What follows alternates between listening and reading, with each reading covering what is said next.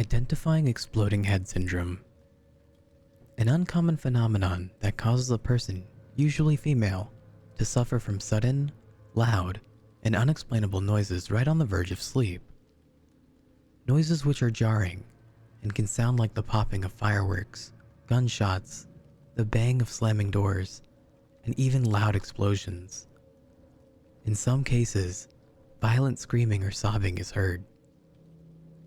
The most exceptional thing to note about the sleep disorder that is EHS is that noises do not occur within the head.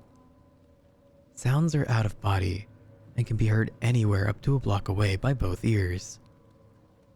Although very little is known, psychiatrists speculate that EHS occurs when certain synapses in the brain fire off rather than settle down. What synapses and why, however, is still unknown. No one has proven this theory to be true, however, and doctors aren't even sure where to begin looking, let alone find an actual cure or remedy. Many subjects have claimed that a little rest and relaxation can help, but EHS never truly leaves those afflicted, and those with insomnia experience it much worse. Some claim to see flashes of light, even short bursts of unexplainable pain along with the noises. In extreme cases, EHS can develop into more serious mental illness. When I was a kid, maybe 10 or 11 years old, I began hearing things right at the verge of sleep. You know that point I'm talking about, where you're still semi-conscious and things are fuzzy, but you're aware? That state. I'd be moments from drifting off to dreamland when bam, this horrible loud noise would startle me awake. For the life of me, I can't really explain to you what the noise was like or what I could relate it to, but it was loud and it scared the shit out of me. For the first few months, it happened maybe once or twice a week. I couldn't really explain it, and I was terrified of bringing it up to my mother because I didn't know if she would believe me. I was an imaginative kid after all, so I kept to myself right up until it got into my teens. I remember those nights. Sometimes I didn't even get any sleep. Time after time, just as my exhausted brain would begin to drift, bam, and again, I'd be wide awake, full of terror and paranoia. Occasionally, on particularly bad nights, I'd hear other things, high-pitched noises like screaming. It's the only thing I can think of to relate it to. The final straw was the night I kept hearing the banging. It was aggressive. I was so out of it that I didn't even need to close my eyes. I was constantly in that semi-conscious state, trapped with those damn noises, when finally, I saw a bright light flash through my room. It lit every nook and cranny, like a flashbang. It made my skin hurt just by being near it, even though it was there and gone in less than a second. It woke my ass up completely, and I didn't sleep at all that night. I didn't even try. So I finally told my mom. I couldn't take it anymore. It had gotten to the point that I was failing every class because I was dozing off constantly. I was lethargic, exhausted, and it felt like my brain had begun to shut down. I felt like I was going insane. She didn't even believe me at first, and I don't blame her. I wouldn't have believed me either. She hadn't heard any of the noises I told her about, and the fact that I had heard them was even more strange to her. Why did I experience it when she and Dad didn't? My inability to describe the sounds didn't help either. It took some coaxing, a little bringing up of grades, and finally, she agreed to take me to a psychiatrist for a mental evaluation. Not exactly what I was hoping for, but then again, who else to go to but a psych doctor? After a few tests, a few more weeks, and countless sleepless nights, still, they had nothing but a hunch as to what my problem was. They guessed it was a rare form of synesthesia, the abnormality that causes senses in the brain to fuse together. They assumed that was why I was seeing and hearing things at the same time. But because I had only one occurrence of that, and because of my condition, they needed to do more intensive tests, the kind that even our insurance didn't cover. My mom rejected the offer immediately, even when they offered to cut the bill since I was a bit of an abnormality. I still don't blame her.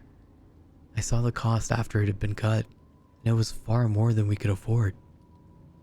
So in a last-ditch effort to help me, they prescribed me a drug called Serenoroxamil, or Serenu as it was written in some fancy scribbles on the bottle. But in order to do so, they had to go for their second theory as to what was wrong with me. They had diagnosed me with paranoid delusional schizophrenia. Not something anyone wants to hear, especially at only 13 with the knowledge that they aren't crazy at all. Fortunately, the drug worked a little like perfenazine, an antipsychotic medication, and methylphenidate, ADHD medication. I know that sounds weird, because they're the exact opposites of each other. One blocks dopamine, and the other releases it. Apparently, the hat trick here was to try and regulate my brain. Serenu wasn't on shelves yet, and still was in testing, so I was a guinea pig, but at least it was free, and I could tell myself that I wasn't actually taking antipsychotic medication. Not technically, at least. The first night with the medication brought me silence and dreamless sleep, and the following night, and the one after that, and so on and so forth. It was wonderful. Sure, it made my head feel like a fuzzball most of the time, and the side effects weren't great, but I could sleep. It made the noises stop completely. I managed to pull my grades out of the gutter, and even graduated at the top of my class 5 years later. I still thought about it though. The idea that I had wrongfully been diagnosed for all those years. It set me a little on edge if I thought about it for too long. I mean, it made the noises stop, but what was wrong with me? After moving into my own apartment and putting college on hold for a while, I decided to do some investigating on my own. I couldn't exactly afford good mental health care, even with my insurance, so I went for the internet with my fingers crossed and hoped for the best. They say to never look a gift horse in the mouth, but I was only curious. I managed to find a medical site with a recently posted blog about a sleep disorder called exploding head syndrome, or just EHS. All I had done was type in my symptoms, and there it was. Everything matched up properly. The only problem, no one really knew what it was. They knew the symptoms and narrowed it down to the time of the phenomenon in the brain, but nothing else. It was a completely new topic in the medical field, despite the claim that it's been documented for ages.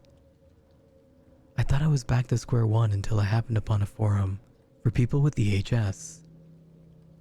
Like any good researcher, I immediately went in to interview people on their personal experiences.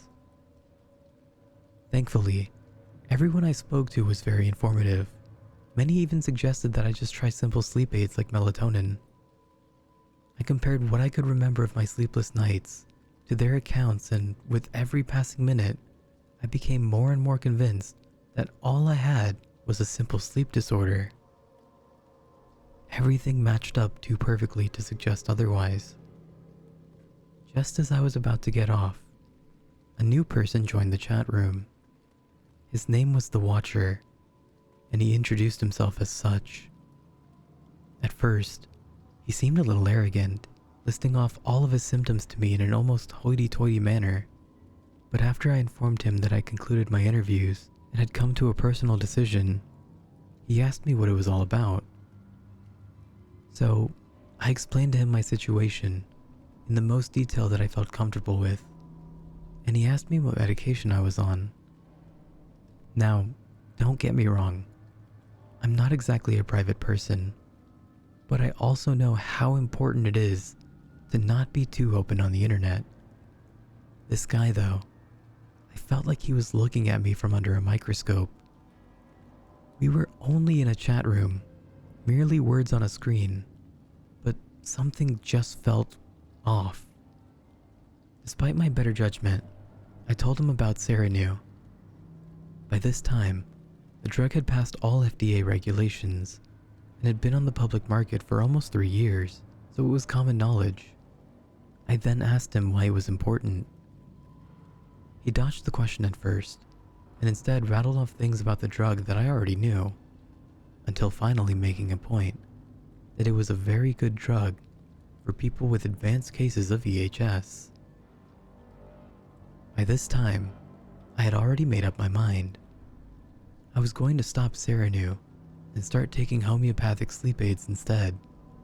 Again, yes, it worked, but that fuzzy head feeling had worn out its welcome after 5 years, not to mention the occasional nausea, loss of appetite, and stomach cramps. I began to type out a message thanking the watcher when he posted again. It was a single word: wait.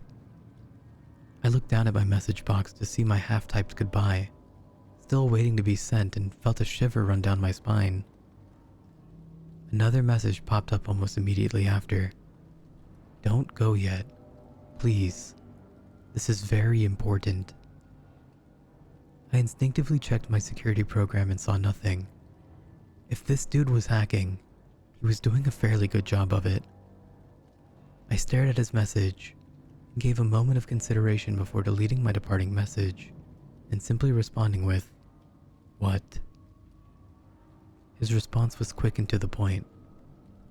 "Don't stop taking Serenoxamil."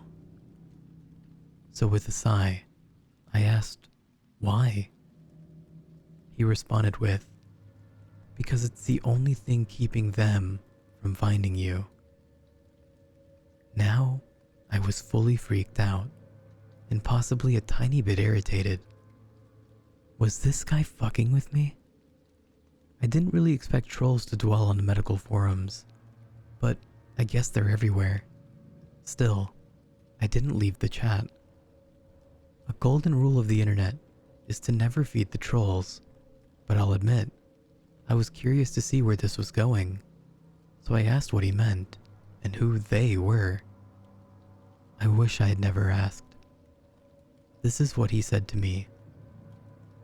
EHS has been around for centuries, but only has it recently gained attention. The reason? More people have it. And why do more people have it? Because they're getting hungrier. They're becoming gluttonous and greedy, so they're making more and more people for the feast. Those sounds you heard? It's simple. It's them attempting to open the door to our world. Those sounds are echoes of their dimension slamming into ours, and only the unlucky hear the warning. The light you saw? That's the door being yanked open. But if you wake in time, the door will close. That's why it only appears as a flash.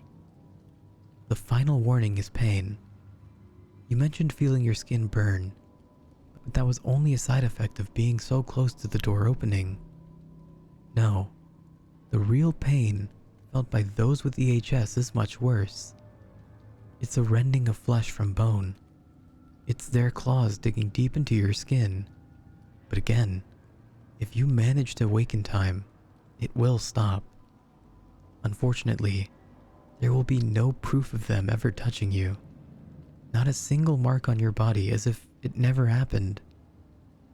The reason I beg you to not stop taking your medication is because it's the only thing keeping them from finding you. You may think it's only a dopamine regulator, but it's more than that to them. Those synapses firing off in your brain act like a GPS locator, and only when your mind is in that twilight state between waking and sleeping can they take you. But your medication is acting like a restrictor. It's preventing them from finding you again and taking you. You didn't make it to the final stage of EHS, but it sounds like you were close. So please, please, if you value your life, never stop. They'll find you if you do. I'm a pretty open-minded person, but this was ridiculous. I let the watcher speak his piece before closing out the window and shutting down my computer. I didn't even attempt to write a farewell. It was too late, and I was too tired. I hadn't even noticed how long I'd actually been on the internet, but once I got off, I realized it was far too late to take my medication. I remember feeling a twinge of guilt and fear at the time, but I brushed it aside and decided to go to bed without any more help from Sarah New. I had already made my decision anyway, and there was no risk of seizure or stroke if I stopped abruptly. And besides, I wasn't crazy. I just had a sleep disorder. In the morning, I would go out and buy some simple sleep aids and get back to my normal life without the fog of medication. That night, I got the best sleep I had ever experienced. The next morning, I did exactly as planned and picked up a couple bottles of melatonin, along with some generic stuff from the medicine aisle. For about a week, everything was wonderful. No more fog, no more side effects, and not a single noise. But that all changed a few nights ago. To be honest, I can't really remember how long it's actually been. I haven't slept in so long. It all started when I took the few sleep aids before bed. I took them a little earlier than usual, but I felt like dozing as I watched some mindless TV before turning in. It had to kick in rather quickly, because the next thing I remember was being awoken by a loud slam from somewhere in the house. And as I opened my eyes, I saw a blinding flash from across my living room. In an instant, I lost power, and everything in my home went completely dark. All I can see was that damned afterimage of the flash in pitch darkness. I don't know if I could ever explain the fear I felt in that moment. Not being able to see, not knowing if someone was creeping up on me at that very moment. It was horrible.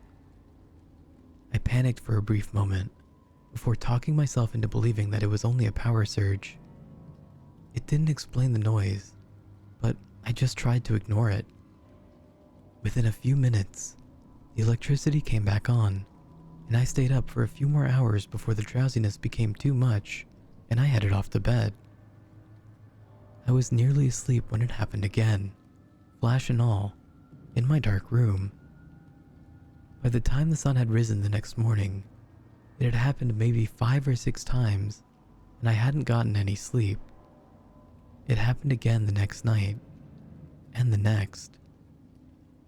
I'm taking caffeine pills now instead. I'm scared to fall asleep, but I can feel myself slipping. These past few hours, I've been jarred into consciousness by this horrible pain in my legs. And there's this new noise. It comes in intervals. I think it's saying my name. I can't be sure, but I assume that's what it is. I can't help but to think about the Watcher's warning.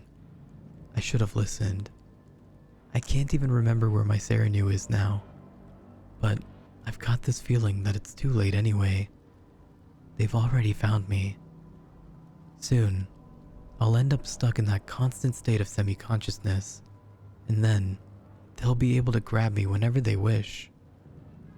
I would imagine they've worked up quite an appetite trying to get to me. The only thing keeping me awake now is focusing on writing this.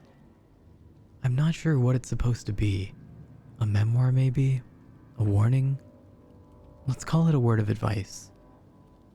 Why should you believe me instead of writing this off as the words of a crazy person who should have never stopped taking their antipsychotic medication? Why should you believe me when I tell you that the Watcher was actually right when even I didn't believe him? And why should you go looking for help immediately if you're experiencing symptoms of VHS? It's pretty simple actually. It's the only reason I know that what is happening to me is real. The reason I know that they are real. It's the reason my mother refused to believe me at first, and why the psychiatrist insisted on further testing.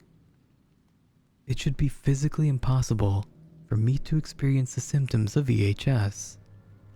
I shouldn't be able to hear the things I do The loud noises, the high-pitched noises, the noises that sound like they could be calling my name. Even now, as I write this, I can hear it. I hear them, but I shouldn't be able to hear any of it. I was born deaf.